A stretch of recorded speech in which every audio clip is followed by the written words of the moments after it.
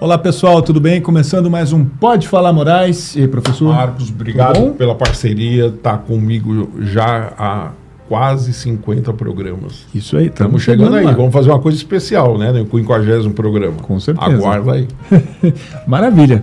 E hoje vamos entrevistar quem? Mais um episódio. Mais um episódio falando de educação. Né? Como sempre, o nosso podcast é voltado para a educação. Ajude a divulgar o podcast. Você gostou? Passa para frente. Divulgue. Quanto mais pessoas falarem de educação, melhor. É o único jeito de se transformar, de mudar uma sociedade. É a educação. Esse é o nosso propósito.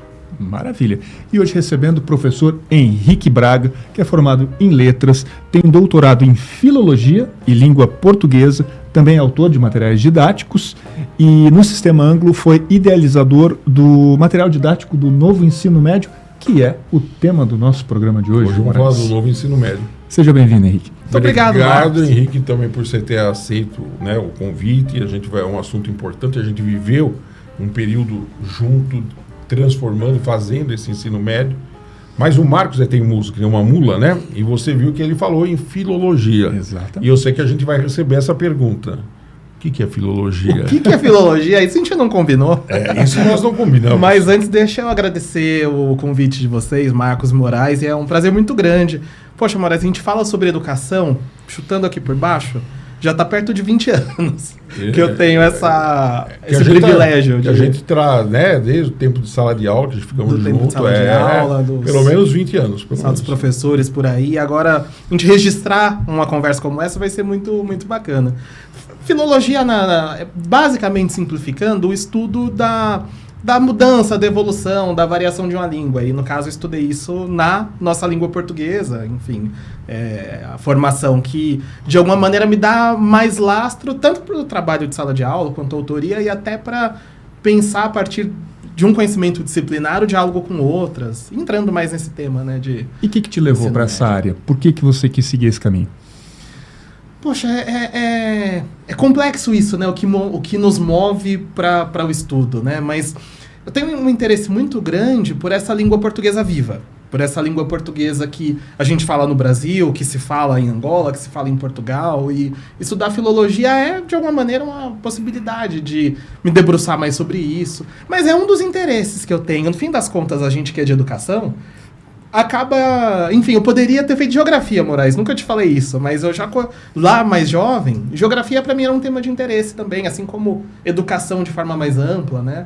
Então, estou dizendo isso para dizer que é um tema que eu escolhi, que é o tema do meu mestrado, doutorado, essa coisa de estudar a língua portuguesa, mas acho que o estudo em si é uma coisa que me motiva, né? A pesquisa, uma pergunta de análise, né? E aí essa área das humanidades é a área com que eu tenho uma área mais afinidade. Da língua portuguesa, eu não sei o nome, uma coisa que eu faço já há anos isso, eu nunca falei isso daí, que eu gosto disso, da origem de frases. Então, a primeira frase, minha tia falava muito disso. O cara ganhou um negócio lá, quando tinha herança, né? Lá, coisa da moca, né? Ela falava assim, o cara ganhou de beijamão. Sei. E aí eu ficava olhando e eu repetia, beijamão. Aí até o dia que eu fiz a pergunta, o que é beijamão? Por que isso? Aí fui descobrir que a origem era na época do Império, o cara beijava a mão do imperador, que ele parece que o Dom João VI fazia isso, uma vez por semana, uma vez por mês, acho que ele recebia as pessoas e tal. Sei. Então, o pessoal ia pedir as coisas e o cara ganhava de beijão. Então, assim, tem um nome isso, não sei que estuda essa... não chega a ser exatamente etimologia, mas tem um pouco de história da língua. Da língua, isso é bem legal, uma coisa que, assim, nem era nem beira, né? Isso é umas coisas... Receber alguma coisa de mão beijada quer dizer receber gratuitamente, sem encargos e retribuições de entrega espontânea. A expressão surgiu no século XV, quando os súditos agradeciam uma doação do rei, beijando-lhe a mão. Na igreja, fiéis que faziam doações eram recompensados pelo privilégio de poder beijar a mão do Papa. Checagem de fatos é importante. Dom João VI, na hora aqui. Na hora, então, Dom João VI fazia isso aqui.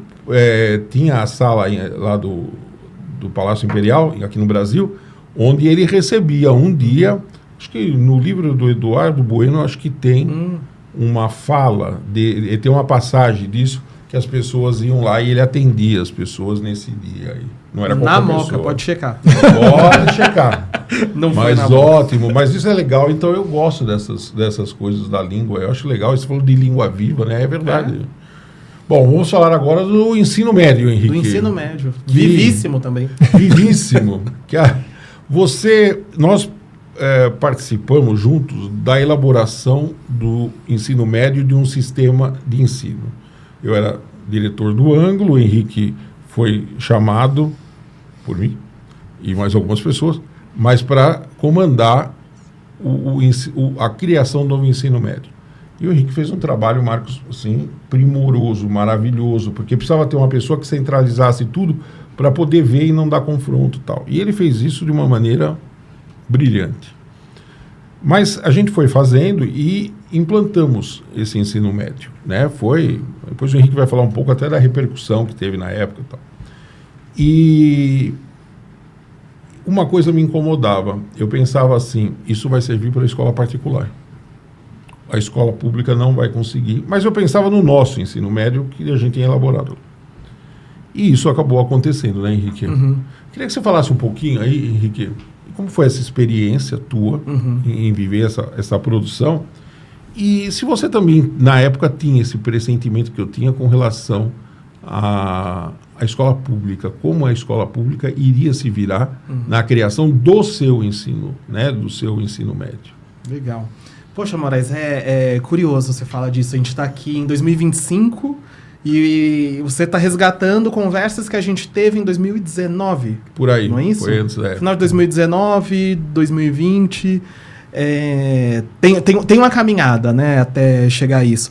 Uma coisa que eu acho importante dizer, você falou do resultado desse trabalho, elogiou o resultado, acho que é bom dizer que não é merchan, né? Quer dizer, você mencionou o sistema de ensino para o qual a gente trabalhou, mas não é um patrocínio do programa. Patrocínio é a nossa vida. Por mais que a gente esteja aqui lambendo a cria, a gente pode ser criticado por isso, mas de fato, a gente fez com a ajuda de muita gente. Eu acho que isso é uma coisa importante até para pensar para além do universo em que a gente trabalhou, mas como método também, né? O quanto essa inteligência coletiva para a educação é uma coisa muito importante, né?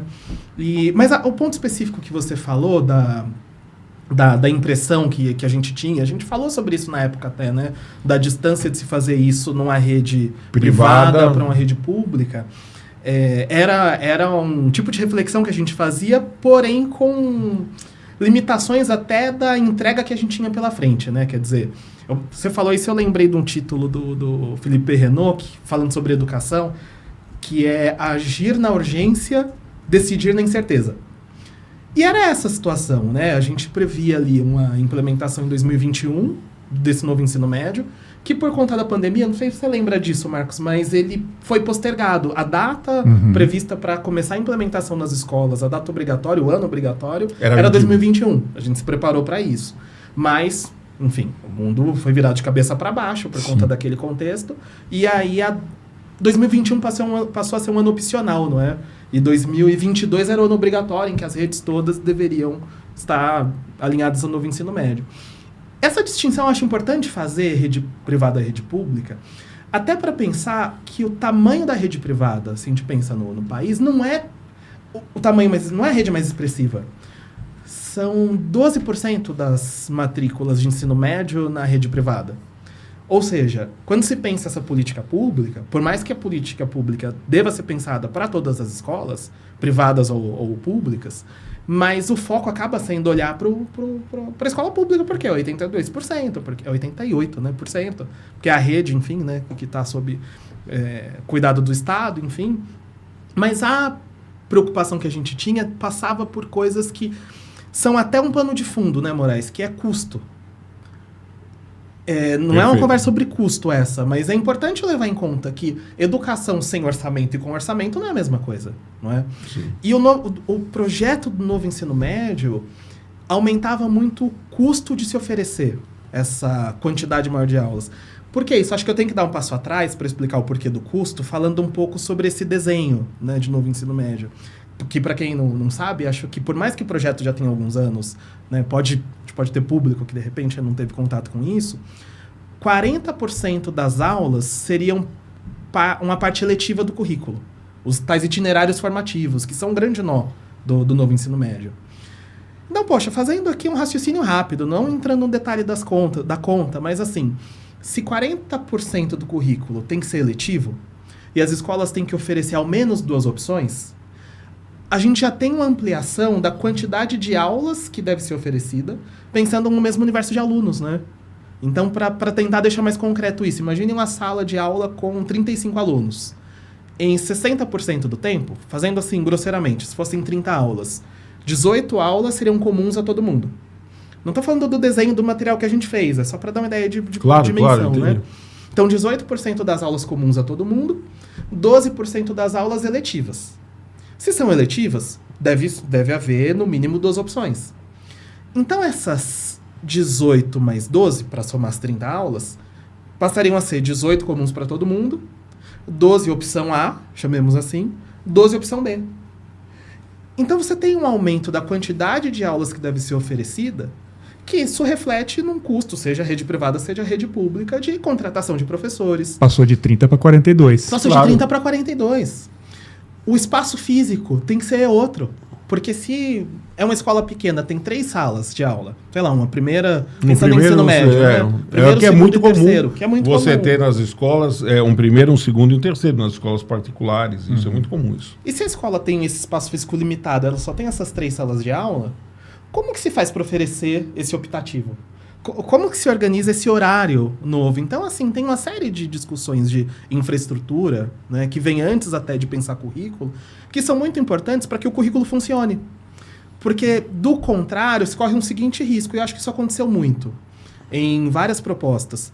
Se fazer um desenho pedagogicamente ousado, bonito, desejável até, mas inviável. E acho que isso acabou acontecendo em algumas propostas, no privado e no público. Nos dois. E uma coisa que ficou também, não tinha staff para isso, principalmente no Estado. No público você não tinha pessoas para dar o itinerário. Então os professores daqui tinham que passar para cá, mas muito não tinham formação para dar aquele assunto. E eu só queria, Henrique, até por causa do nosso público, né, que às vezes você não acompanhou, só para a gente recapitular um pouco.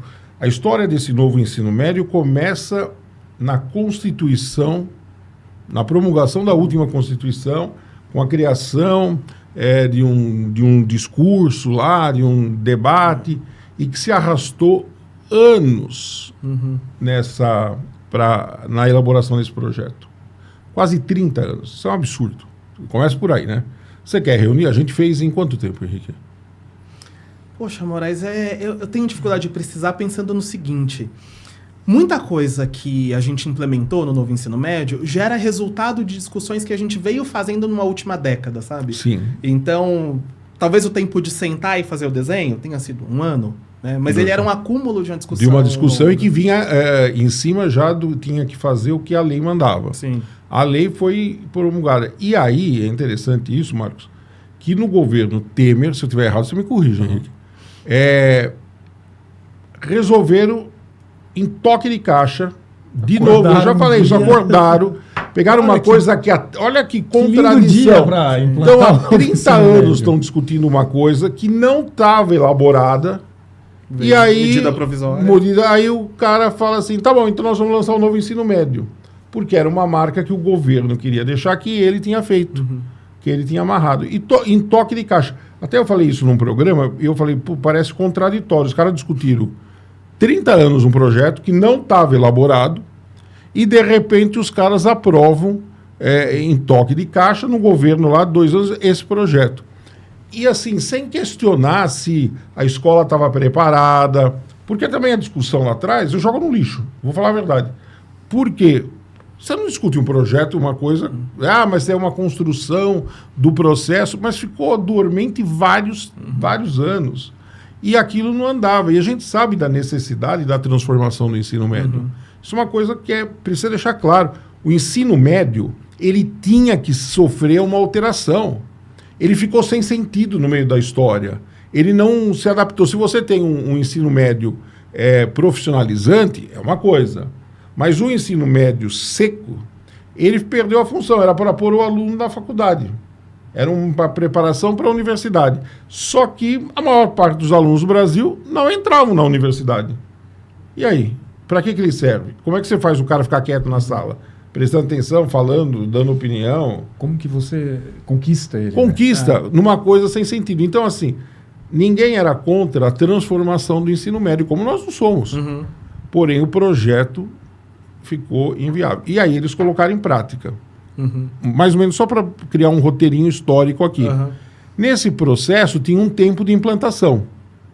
Foi o que foi feito pela rede privada. Nós, dentro do nosso sistema, né, que a gente trabalhava, o que acontece? A gente elaborou o projeto e conseguimos encaixar. As escolas chiaram um pouco, algumas coisas, normal, porque tinha um aumento de custo.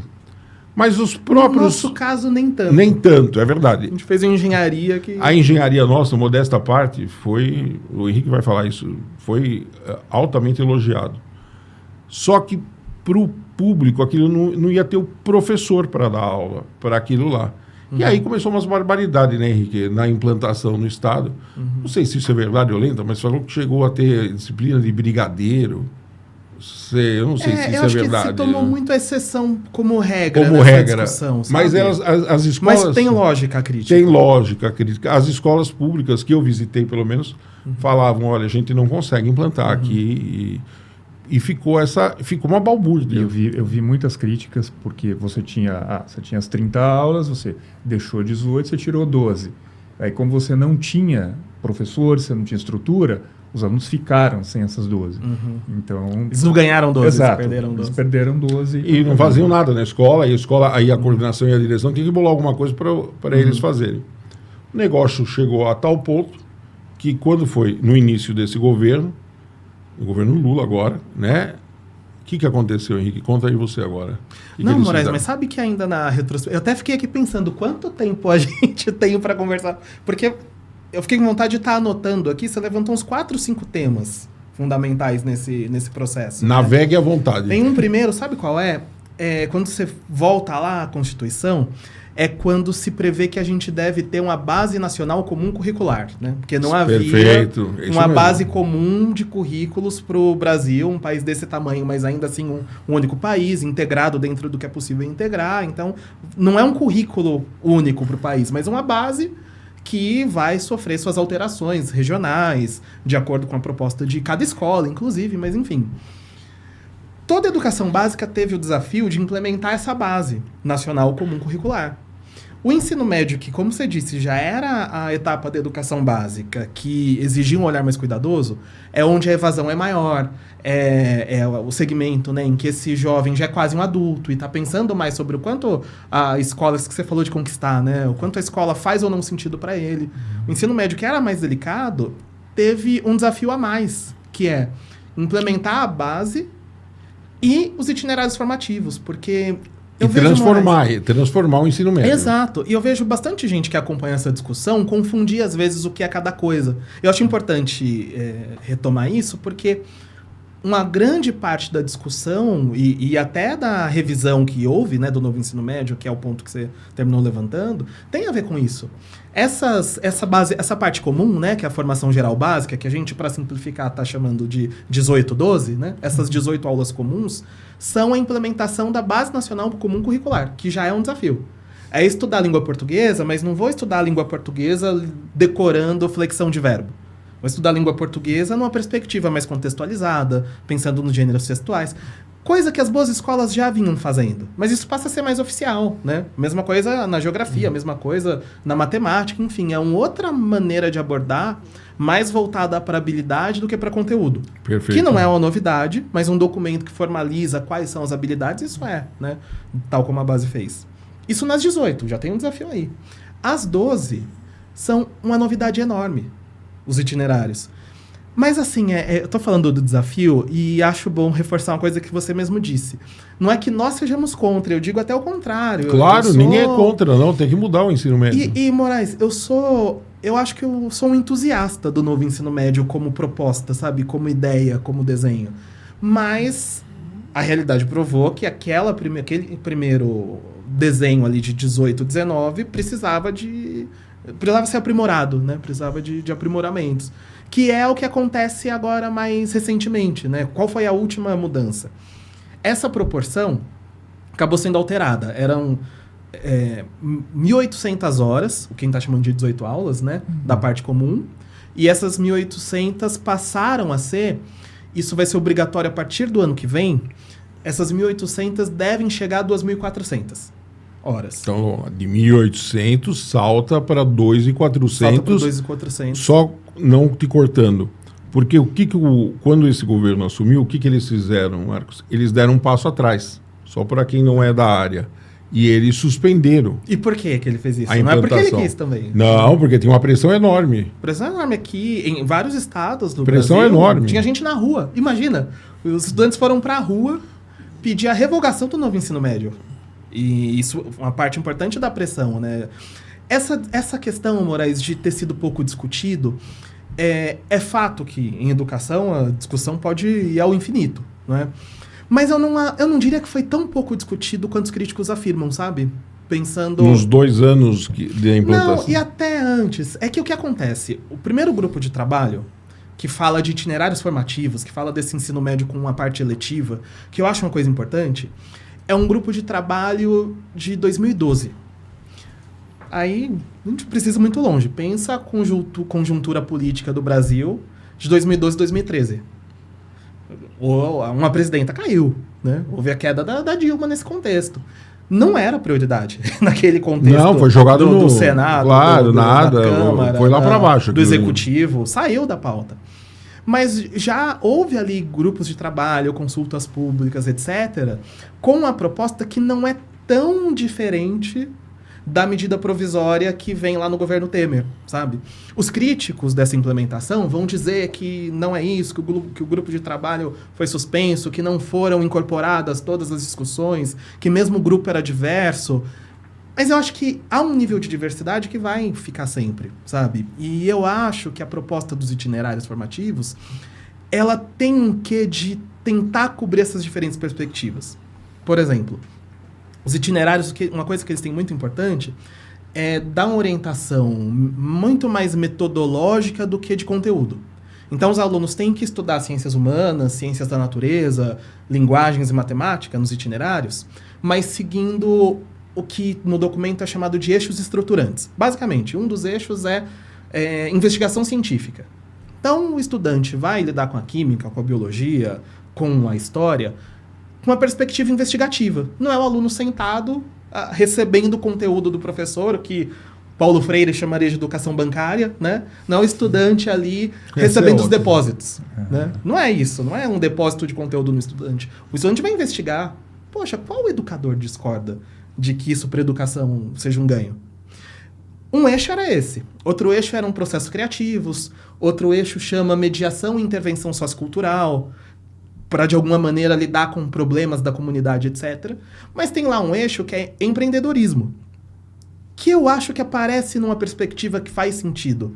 Mas a gente sabe que tem grupos na educação, na política, que olham com desconfiança para esse nome, empreendedorismo. Estou dizendo que, de um lado, você tem processos criativos, de outro lado, você tem empreendedorismo. Eu acho que isso atende a diferentes interesses e perspectivas, o que, para mim, reflete alguma diversidade de concepção, sabe? Só que qual o problema, Moraes? Você já disse o problema. O quanto nós, professores, não vamos me colocar fora disso, sabe? Como professor que está em sala de aula, hoje em dia, né? Trabalhando com ensino médio, inclusive, não é a prática mais comum trabalhar dessa forma. Isso, ainda que tenha havido um tempo de discussão, a implementação de 40% do currículo com essa perspectiva foi, para dizer de uma forma elegante, um pouco ousada.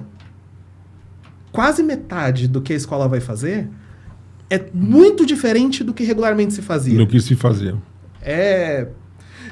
Numa proporção menor, não é a proposta a proposta atual. A proposta atual simplesmente reduziu os itinerários à metade, porque eram 1.200 horas, isso que a gente está chamando de 12 aulas, né? Passaram a 600 horas. Então, o que eram 12 viraram 6 aulas. Não acho uma saída ideal pensando como entusiasta do novo ensino médio. Porque para mim é interessante essa escola que vai colocar o aluno mais no centro da aprendizagem, pensando em problemas reais, pensando de forma investigativa. Só que talvez 40% de cara seja excessivo. Podia ser paulatino. A gente vai começar com 10%. A gente vai chegar a 20%. Gradualmente. Gradualmente. Nunca se propôs dessa forma, simplesmente reduziu. 40 era muito, a gente vai ficar com 20 e o problema é menor. Eu acho que eles fizeram, Marcos, aí, eles jogaram água na fervura. O negócio estava pegando fogo, tinha que dar uma resposta, e eles cortaram. E o Henrique, a gente estava falando antes de começar a gravação, eles, na hora que você faz isto, os ânimos dão uma baixada. Sim. A pessoa falou, tá bom, assim, agora é 6 aulas. Então, 6 aulas, vamos dizer assim, a gente consegue se virar. Uhum. Eu concordo, eu acho que vai se perder muito. Mas eu também sou a favor de terem suspendido. Sim. Porque eu pensando em Brasil, a área pública não conseguiu implantar e não deu resposta a isso. Não deu, Marcos. Foi uma coisa... teve estado aí que ficou desesperado, regiões do Brasil aí que os alunos, você falou, ficou sem aula, o cara não tinha que fazer aula. Professor sem aula, o cara precisando da aula para poder fechar o salário. Porque as aulas saíram deles também. Saíram deles. O cara precisando da aula, o cara não tinha. Então, ou tinha de dar uma aula que ele não sabia como ou ele produzir. tinha que dar um curso que ele não sabia o que ele tinha que produzir. Então, assim, a implantação a toque de caixa, como eu falo, eu acho que ela não poderia ser os 30 anos. Aquilo, para mim, é uma palhaçada. Mas, do outro lado, ela deveria ter trabalhado, alinhado melhor. Aquela coisa rápida, vamos fazer. E aí deu no que deu. Aí a gente viu esse estrago que foi feito. Como é que está a situação hoje, Henrique? Então, hoje está aprovada essa redução dos itinerários, né, de 1.200 para 600 horas. Num primeiro momento, a expectativa é que começasse a valer obrigatoriamente agora em 2025, quando a gente está gravando, mas tal como a implementação lá também, o 2025 virou um opcional. Então passa a ser obrigatório que 2026. O aluno entre nesse novo currículo em 26. O que, no fim das contas, Moraes, o contato que eu tive com escolas, as escolas receberam bem isso, porque ainda que a implementação da base seja uma novidade, é uma novidade mais próxima do que já se fazia. Então, de alguma maneira é um respiro, sabe? Esse aumentar a formação geral. A partir de 26 é obrigatório que todo estudante tenha essas 2.400 horas de formação geral. É possível fazer uma transição, o documento que o Conselho Nacional de Educação aprovou nesse sentido fala de uma possível transição, quer dizer, um aluno que se matriculou no ensino médio da carga horária antiga, ter essa carga horária reposta na terceira série, pensando até em vestibulares Enem, que é um outro tema importante aqui, né, nesse assunto. E aí um impacto disso no Enem, que é uma pergunta aqui que é natural se fazer, é que 2028 é o prazo estipulado para uma mudança no Enem a partir disso. Porque senão você vai ficar com a prova de uma maneira e os alunos trabalhando de outra. Sim. A prova tem que encaixar com o que eles estão falando. Sim. Né? E isso é uma coisa que me preocupa. E por você pensar, o aluno entra em 2026 no médio, ele faz 26, 27, 28, terceira série Enem novo.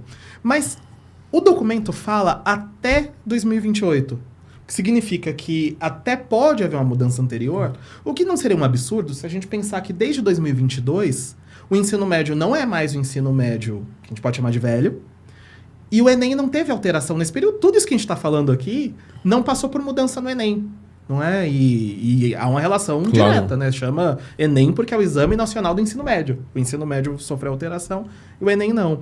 Há quem diga, e aí assim, é um pouco de bastidor e não é nenhum documento oficial dizendo isso, que o Enem poderia passar por mudanças paulatinas que fazem sentido, até pensando em mudanças que não sejam de formato, que eu estou dizendo. Nada impede que uma prova de ciências da natureza passe a ter questões de múltipla escolha, no formato que é o Enem hoje, mas com uma abordagem ainda mais moderna, tentando dialogar com o que é esse novo ensino médio, sabe? Talvez até como um ensaio para ver como esse tipo de questão ajuda na classificação dos candidatos. Então pode haver alguma mudança sutil entre agora e 2028, mas 2028 é o prazo para mudança no exame de fato. Que vai ser feito. Pode ser feito. Deixa eu só deixar registrado aqui que nós estamos gravando, e hoje é março. Então, nós estamos em março, fechando o verão. Inclusive hoje. Inclusive, lá fora. Nós estamos aqui gravando, só para você ter uma ideia, eu acho que o mundo está acabando lá fora. Chegou o alerta da Defesa Civil. Nós estamos com o alerta da Defesa Civil. Então, assim, nós estamos em março de 2025, e isso pode ser que o programa não entra, Henrique, só para você ter uma ideia, na sequência, é uma lista de programas para colocar, a gente deixa uma reserva gravada. Então você que em dezembro nos assiste, fez o Enem? Já pensou você? Estava tudo igual. Mas aí vai fazer. Então, assim, só para deixar registrado quando nós estamos gravando aqui para isso. Perfeito. Porque pode ser que daqui... Não, e pode ser que o governo solte alguma coisa que vocês vão falar, vocês não falaram, né? Porque vocês não sabem os comentários que vêm, viu? Sei. Vem coisas maravilhosas, vem discussões. Olha, Marcos, hoje eu estava olhando lá algumas colocações, pérolas. Falar assim, mas pérola, não estou falando assim, pérola da bobagem. Sim, coisas fantásticas que eu vou responder pessoalmente, até textos longos, mas também tem umas pérolas agora que você olha e você fala assim, nossa, o que é isso, né? O cara... Então, é um problema, eles criaram, vamos dizer, uma situação que poderia estar hoje de uma maneira melhor, mas nós temos um problema. E o ensino médio continua sendo, eu acho, no ensino básico, o grande nó da história, porque convencer o menino, o aluno, como disse a Marina num outro programa, o estudante, né, que ela gosta mais, lá, convencê-lo de que aquilo é importante para ele, e ele não ter uma perspectiva de ter um emprego... Ainda mais hoje, né? Ainda mais hoje. Tem influencer. Você chegou a ver, Henrique, fazendo digital, aqui... Você chegou a ver uns meninos aí, deve ter uns 15, 16 anos, que são contra estudar, Sim. que estão com um podcast. Sim. Aí eu fico olhando assim, quer dizer, o cara é dinheiro, materialismo. É empreendedor. Às vezes eu fico olhando e falo assim, tô velho mesmo, né? Tô com 60 anos, mas tô velho, porque é empreendedor, o cara só fala disso. Aí, assim, cultura geral, básica, formação para uma universidade... O cara que vai para medicina, farmacologia, isso. Todo um conhecimento que é fundamental para empreender. Né? É fundamental. É uma bagagem fundamental lá. Mas eu acho que também é uma culpa muito grande das escolas. Meu avô dizia uma frase que, de novo, frases prontas, mas que... Meu avô falava sempre assim, negócio combinado não é negócio caro. Nunca, eu acho que se chama... para falar, prepara-se. Eu vi isso, Henrique, quando a gente foi divulgar o ensino médio, Henrique foi um andarilho, ia nas escolas, falava, parecia catequese. Vai lá, fala, ninguém entendia nada, meu Deus, o que vai fazer? O único interesse era se ia perder aula, era o que os caras tinham. Mas assim, não havia um preparo da plateia. A escola teria, por exemplo... você vai discutir isso, você vai escutar isso daqui é isso, isso. Tanto para os alunos como para o corpo docente. A escola não fez isso. Então, de repente, as coisas aparecem, ninguém sabe de onde, coloca-se umas coisas que também ninguém sabe de onde, e aí vem essas lendas aí, não sei se fizeram disciplina de brigadeiro para poder fechar. Teve várias dessas, né, dessas pérolas assim que... É que, sabe o que acontece? O documento que é o documento que... quando você fala disso, é o itinerário, é a parte eletiva. A parte eletiva. E o documento que trata disso é um documento que é mais aberto. O que tem a beleza e o risco, né, do documento aberto. A beleza é que, se a gente trabalha com seriedade, se a gente leva em conta que, voltando à história da criança coach anti-escola, que um menino de 14, 15 anos ache que a escola não é importante, que ele não vai aprender nada, que leve a vida dele a melhorar, que ele não possa melhorar como pessoa a partir de... Eu entendo, Moraes. Tem 14 anos. O que me assusta é que tem algum adulto que está impulsionando isso, né? Tem algum adulto que está dando estrutura. Isso, tem um maior de idade que é responsável por ele, né? Isso me assusta um pouco, né? Mas que fatalmente quer alguma vantagem. conhecendo a estrutura do Brasil e da situação, alguém aí, o Musk, a foto do Musk, assim, lá, né? Como e hoje a gente tem essa economia da atenção, né? Se a gente está falando dessas pessoas, elas tiveram visualização, conseguiram patrocínio, isso é monetizável, no fim das contas, né? Mas, volto a dizer, que a criança tem essa dificuldade de entender a escola, é natural. É estranho que a própria escola não possa ajudar, enfim. Mas eu tô falando isso, Moraes, porque são tantas pontas isso que você falou, né? A importância do ensino médio, a importância da escola, passa por um projeto de país, de alguma maneira. Qual que é a finalidade desse ensino médio? Não só pensando nisso, profissão, ganhar dinheiro, que é legítimo também. Não dá para dizer que não seja legítimo. Não, eu acho que o trabalho é importante. Sim, claro, não é. O problema é a negação de algumas coisas. Qual é? Eu lembrei, Moraes, você me fez voltar lá na graduação, numa aula na Faculdade de Educação, na licenciatura. A professora citava um estudo que mostrava um desencanto de uma geração que tinha escutado, você vai para a escola para ser alguém na vida. Tinha essa frase, né? Minha geração escutava, né? Eu escutei isso, pais, imagina. Né? Você vai ser alguém na vida. Era a ascensão, principalmente aqui em São Paulo, descendente de imigrantes. Sim. Os imigrantes vinham com uma ideia da Europa de que a ascensão sua era por meio do estudo. E vinha-se com essa ideia. Então a família toda se concentrava porque tinha que pegar o mais velho. Às vezes não dava para todo mundo. Então eles escolhiam alguns para poder estudar. Isso era uma coisa que aconteceu na minha família. Sim. Eu sou uma típica família de imigrantes, que aconteceu isso. Então pegava-se alguém lá e conseguiram. E é impressionante. Pessoas que eram sapateiro, motorista de caminhão, trabalhavam em fábrica, em máquina e tal, conseguiram formar engenheiros. Isso basicamente foi de engenheiros que eles formaram. Eu que fui a exceção, fui professor. Deu sorte. Deu sorte, né? Você quase foi dentista. Quase fui dentista. Havia um livramento, diria. Havia um livramento, né? Com todo respeito aos dentistas. Não, brincadeira com hoje eu imagino eu dentista, eu acho que eu matava o paciente. O cara, eu falo pra caramba. Você imagina eu falando e o cara não respondendo. Ia ser... Então, mas... Mas, Moraes, você estava falando desse alguém na vida porque não foi a realidade de todo mundo, né? Exatamente, então, isso que eu ia te falar. Houve um desencanto. E depois você começa a ver a sociedade, aquelas coisas que vai se espalhando, que nem rede. Hoje a gente discutiu numa outra gravação a questão que a rede social sempre existiu. Ela era de outra maneira, não era do jeito que é analógico, mas... sempre existiu. Elas não eram mídias sociais. Não eram mídias sociais, isso. Era uma coisa que você contou lá, que o cara punha lá a mulher para falar no ônibus e que o prefeito ia fechar as escolas. Sim. Aí... os candidatos adversários. E aí você coloca... Falar na fila. Bota duas pessoas para fofocar uma mentira lá. É fake news daquele tempo. O maquiavelismo total sempre existiu, só que por outros processos. Putz, isso dá um programa, como a gente falou aí, isso dá um assunto aí eu eterno. Vejo o futuro repetir o passado. É verdade. Vão lançar o Vale Tudo de novo, né? O Brasil mostra a sua cara. Então, assim, a gente tem uma sociedade onde tinha essa ideia. Num determinado momento, começou a ter o desencanto. Então, e mais, Henrique, se eu estiver errado, me corrija, por favor. O Brasil, a elite brasileira, se você pegar no começo do século XX, ela tinha, por pior que fosse, algumas pessoas que se preocupavam com educação, com artes. Era aquela ideia nova, né, da Belle Époque. E você olha, então São Paulo tinha a Olívia Guedes Penteado.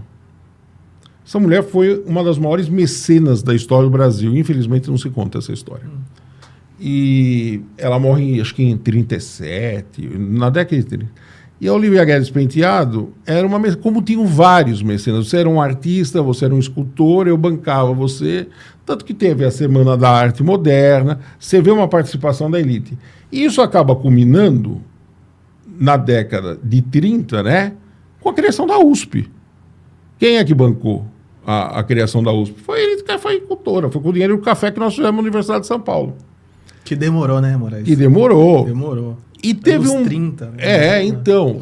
E teve uma determinada época recente agora, que é o oposto. E a elite brasileira, eu sempre uso isso como exemplo. A Índia é um país muito pior que o Brasil, em termos estruturais. Se você vê o que acontece vamos chamar na periferia da Índia, né, na parte, é assustador como aquele povo vive. Só que a elite ainda manda seus filhos para Oxford. Eles acham importante. A elite brasileira simplesmente virou as costas para isso. Eu falei isso num programa. Assim, lixo, não vale para nada. E você dá uma regressão, aí você piora, você incentiva a educação a piorar a educação. A educação não serve para nada. Então, olha, eu sou milionário, sou do agro, sei lá, eu tenho uma empresa aí que deu certo, mas conversa com um cara com um pinico na mão. Porque o cara, o que fala é assustador. Você olha assim, você fala, pô, e aí? E um adendo, que você permitiu corrigir, mas não tem o que corrigir, é um adendo. Existe uma elite brasileira hoje que vê se estudar fora como um índice de status. Sim. Mas não é para Oxford. Então, piorou. Basta ser fora. Eu vi uma fala do diretor do vestibular da Unicamp, nosso conhecido Neto, né? Neto, autor de livro de história, maravilhoso. Eu quero trazer ele aqui, Henrique. Uma palestra em que ele falava sobre o quanto há uma elite que envia os filhos para estudar numa universidade europeia, que se você pega os rankings internacionais, não é uma universidade das que tem melhor produção acadêmica, tem melhor qualidade, e acha que isso é melhor do que estudar na Unicamp. Ele falando do vestibular da Unicamp. Por quê? Porque é fora. Aí a gente entra no complexo de vira-lata do brasileiro. Rodrigues, né? Porque tem o dinheiro, vai para fora, estuda em qualquer lugar fora, mas parece que esse status, né, de ter passado um tempo em qualquer canto e voltar, basta. Tô dizendo isso porque, voltando ao ponto que você estava, não é um cultivar o saber, né? Não é um cultivar o conhecimento, né? Não é um cultivar, para além, como estava dizendo, legítimas preocupação com emprego, etc. Mas essa pessoa que não tem essa preocupação, porque financeiramente está lá resolvido, etc. Escola é só para isso? Né? Conhecimento é só para isso? Porque assim... Qual é a cultura que está em volta disso que está discutindo? Nos Estados Unidos, não é porque é os Estados Unidos, mas existem faculdades muito ruins. E muitas. As pessoas não se debruçam nisso. Existem faculdades, universidades, de ponta, maravilhosas, são as melhores do mundo, junto com as europeias. Tal. Agora, as chinesas também, que estão investindo pesadamente, Coreia do Sul. Então, você tem essas universidades, e tem um bando de lixo lá. Quando a pessoa fala para mim, meu filho está estudando nos Estados Unidos, fazendo faculdade lá. Você pergunta assim, qual a faculdade que ele está fazendo? Os caras dão umas respostas, juro. Na maior parte eu nunca escutei falar na minha vida. Eu vou atrás lá para ver. Aí você descobre que é uma faculdade do interior, não sei de onde, e que não tem importância nenhuma na produção científica. Aí você olha e você fala assim, era melhor o cara ter ficado aqui. Então, essa coisa a elite abriu mão. E isso criou um buraco gigantesco, né? Aí o moleque escuta isso em casa. Ele escuta em casa o que eles falam, a família fala. Porque tem um ataque à universidade pública. Só tem comunista, a universidade pública. Que adianta ir lá para a USP. O que adianta? Vão te doutriná-la. Ou ele nem sabe o que é USP. Também. Eu fui dar aula num projeto social, Henrique. Tem uma prima minha que trabalha nesse projeto social. Achei um maior barato. Cheguei lá. Ela... E assim, sala super comportada, tal, mas aquela coisa de adolescente, queriam falar tudo junto, fazer pergunta, até um apito da sala. E aí ela... foi uma experiência bem legal com contato. Tinha uns alunos lá que não sabiam o que era USP. Eu falei assim, vocês pretendem... quero fazer uma faculdade, professor, qual? Não sei, não precisa olhar, tal. Eu fiz, sempre existe a faculdade pública, que é de graça, você tem isso, a USP, conhece a USP? Não. Detalhe, o projeto era do lado da USP. Caramba.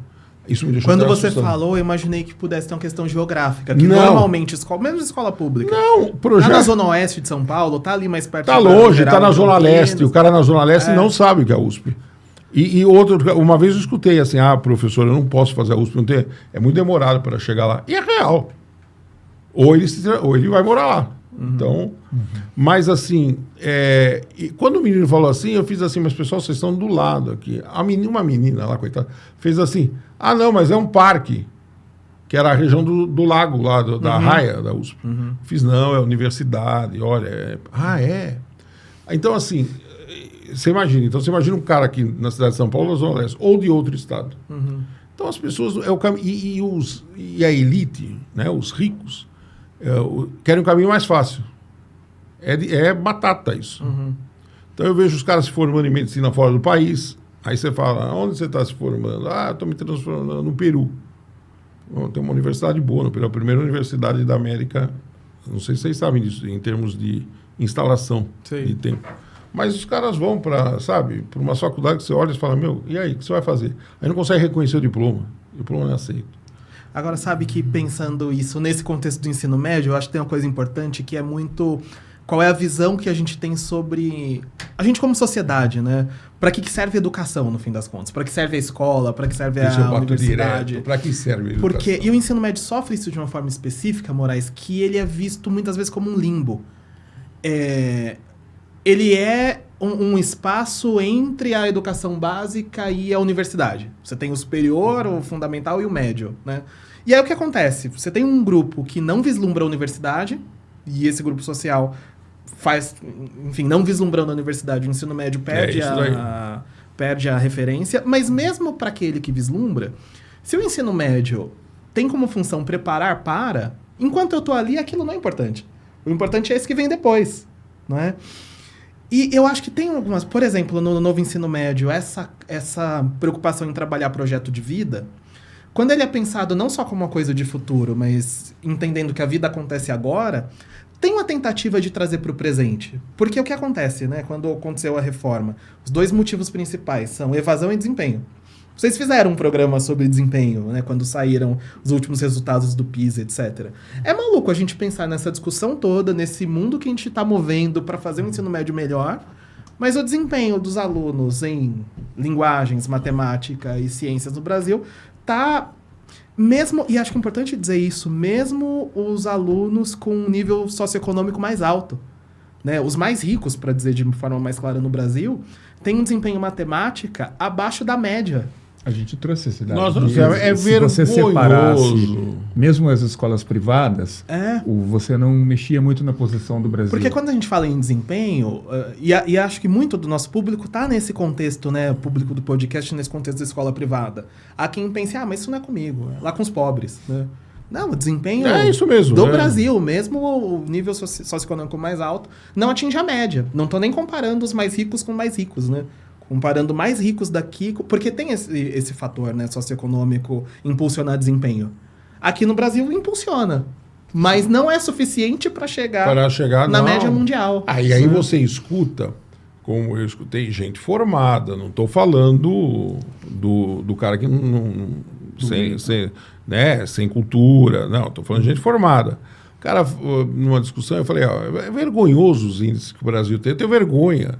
Brasil penúltimo, e é uma auditoria externa.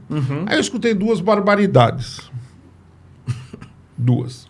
Escutou pouco. Eu vou falar assim, e agora você vai conversar com mais gente. Eu vou agora atender vocês. Vocês sempre falam, né? Um da esquerda e um da direita. Democrático. Então, bem democrático. Da direita. Mas é que as escolas particulares são avaliadas, se puser as escolas particulares, elas têm um desempenho muito maior.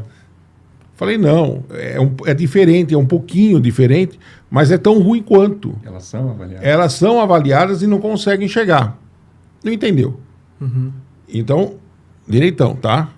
Agora o da esquerda. Sabe o que é? É que o que a gente ensina é diferente do que eles avaliam. Caramba. Então o problema não é que nós temos a educação ruim, o problema é que a prova é errada e não traduz o aluno brasileiro, porque nós temos um índice altíssimo. Eu falei, tá bom. Faria algum sentido se na prova, enfim, nesses índices você fosse mal, mas aqui dentro você estivesse todo mundo voando. Né? Exato. Eu posso falar... As desigualdades estivessem eu não vou citar só nomes, mas assim, só para você ter uma ideia como isso não é novo. Eu fiquei 27 anos na PUC. Fiquei 9 anos no departamento de geografia. Uma hora me encheu o saco, literalmente, e eu fui embora. Fui para o departamento de ciências do ambiente. E eu escutei, depois de anos, nós fomos... a gente tinha umas reuniões lá no ângulo e a gente ia fazer visita às escolas. E eu escutei de 2 professores isso. Quando começaram a avaliar o ensino superior. Então, os professores... O Provão. Os professores lá, tinha um grupalho, e aí sim, isso de novo, eu convivi com os 2 lados. Como eu fui criticado pela direita e pela esquerda, para mim, tanto faz. Meu livro, uma vez, saiu no index da Veja como... tinha uma frase lá que era comunista. E a esquerda me chamava de conservador. Então, estou um pouco me lixando. Ninguém entendeu. Fala, entendeu. E eu sempre brigo. O que aconteceu? Os professores falavam para os alunos na universidade que eles iam mal naquela prova da avaliação. Porque eles tinham uma outra concepção de geografia, que não era aquela que era aplicada na prova. Os caras iam lá, davam o curso que queriam, falavam a bobagem que queriam, não tinha o mínimo de lógica, era uma pregação ideológica. Estavam querendo, literalmente aqui, não é? Estavam aparelhando no departamento. Aí eu fiz assim, vamos se lascar, meu, isso daqui é uma universidade, isso está acima disso. E aí você ficava olhando e os caras adultos, eu falei, você acredita no que você está me falando? Que você foi mal na prova porque a visão de geografia que se tinha era diferente? O cara, eu nunca pensei assim. Eu fiz, você está velho, está na hora de pensar, você saiu da universidade. Então, assim, dos 2 lados, né, a gente escuta. E isso, no final, acabou traduzindo muito, né, Henrique? A gente ficou na universidade tantos anos, né? Eu fiquei 9 anos na USP, como aluno, fazendo mestrado. Deixa eu falar assim, não, mestrado, doutorado, na época era mais longo, 5 doutorado, e mestrado era 4. E fiquei na universidade, na PUC, fiz o bacharelado, 5 anos também, e depois fiquei mais 27 anos como professor. Então, assim, eu escutei cada história.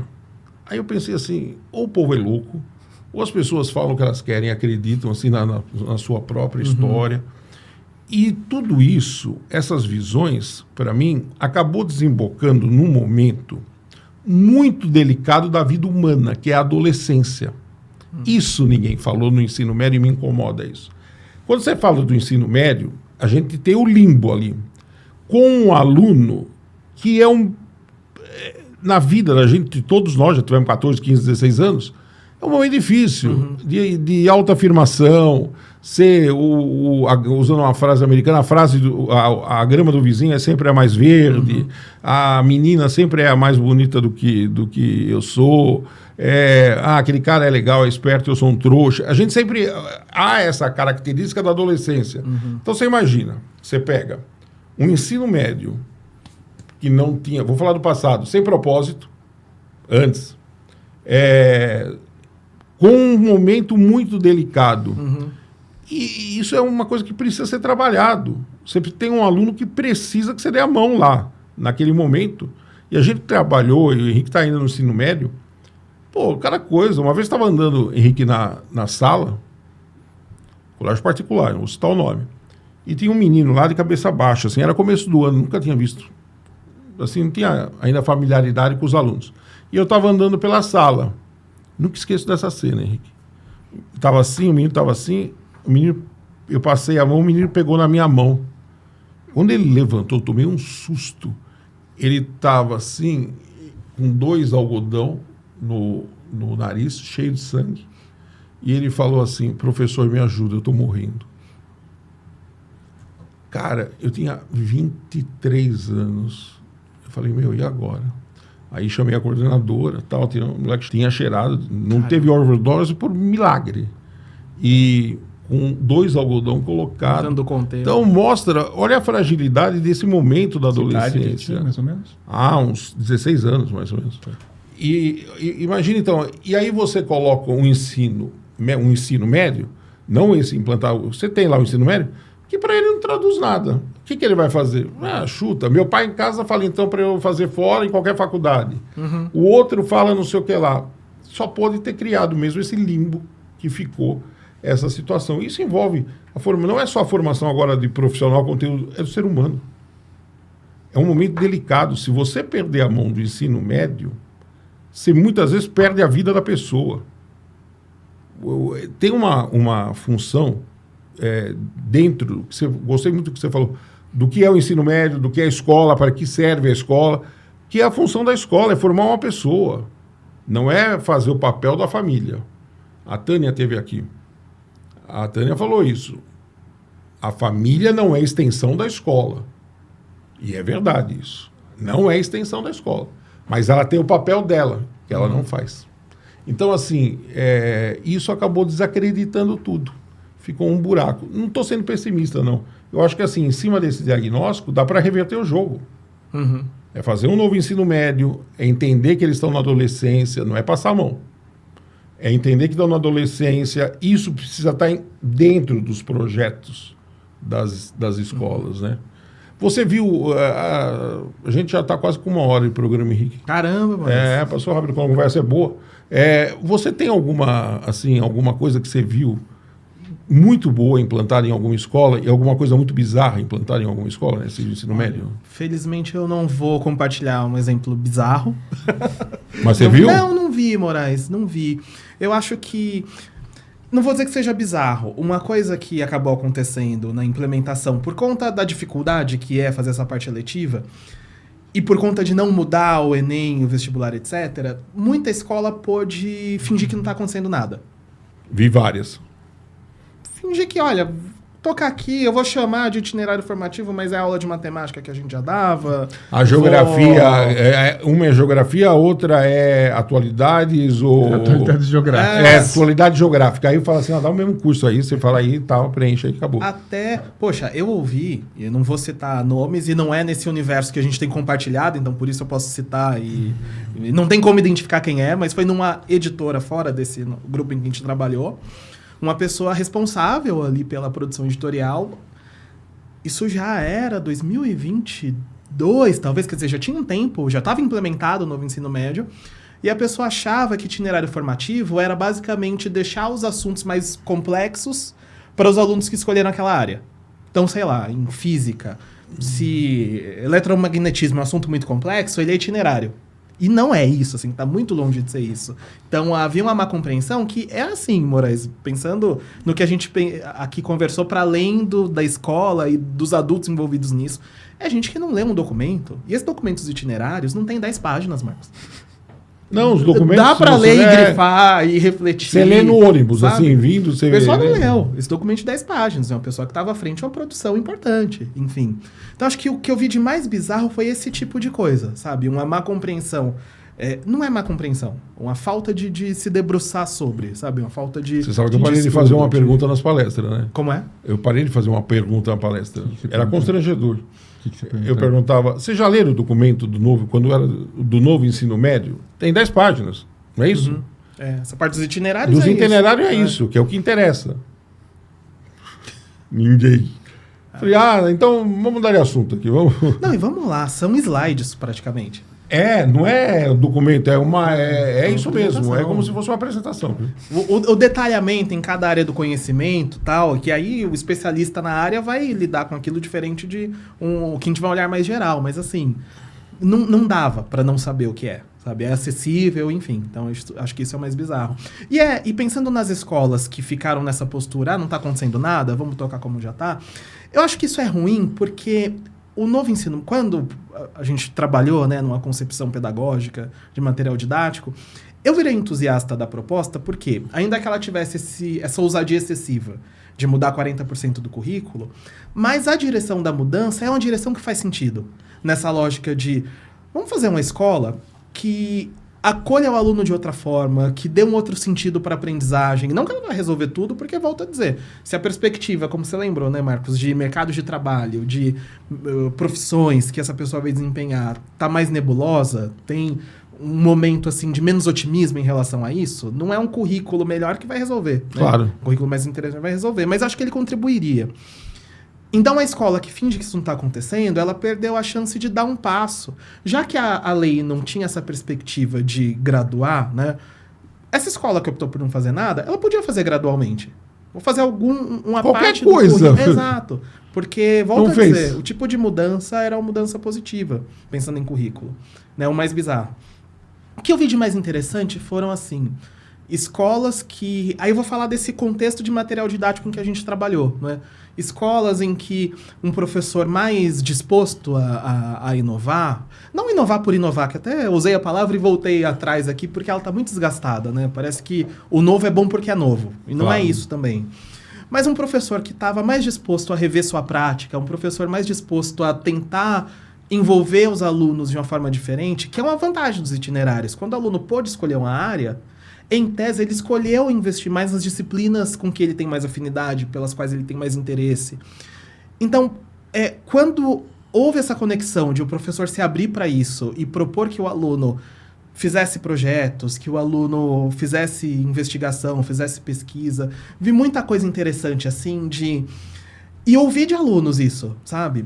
Do aluno contar que no itinerário formativo é como se ele até estivesse se preparando para o vestibular, mas sem perceber que isso estava acontecendo.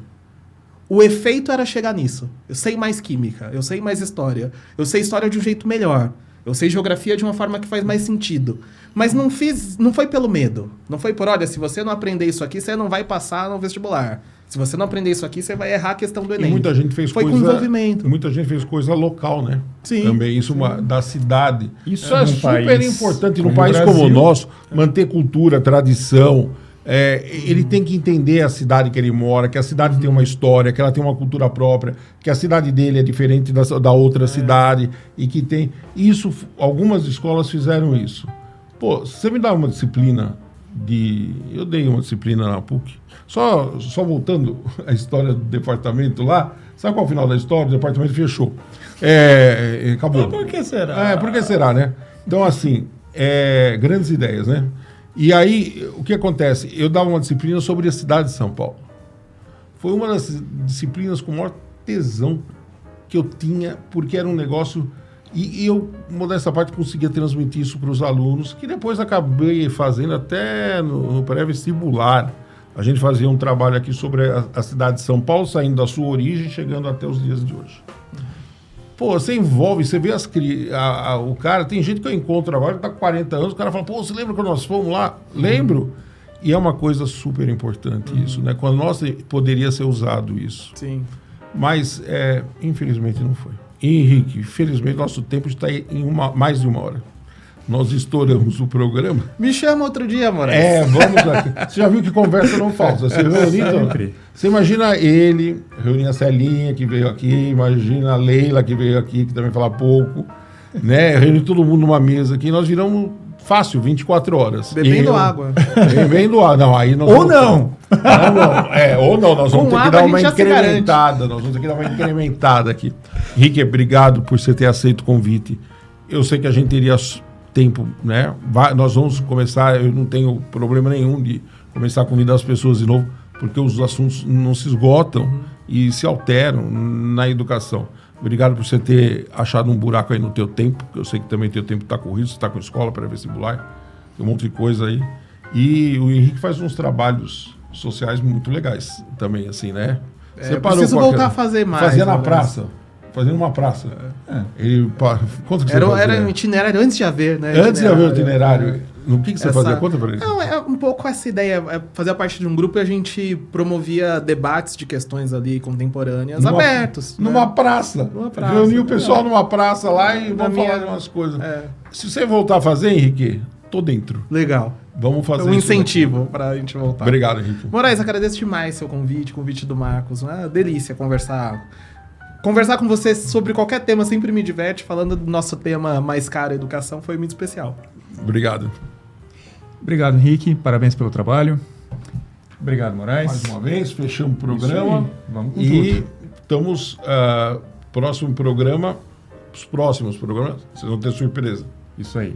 Tá bom? Obrigado. Obrigado, viu? E obrigado a você pela companhia. Até o nosso próximo episódio. Tchau, tchau.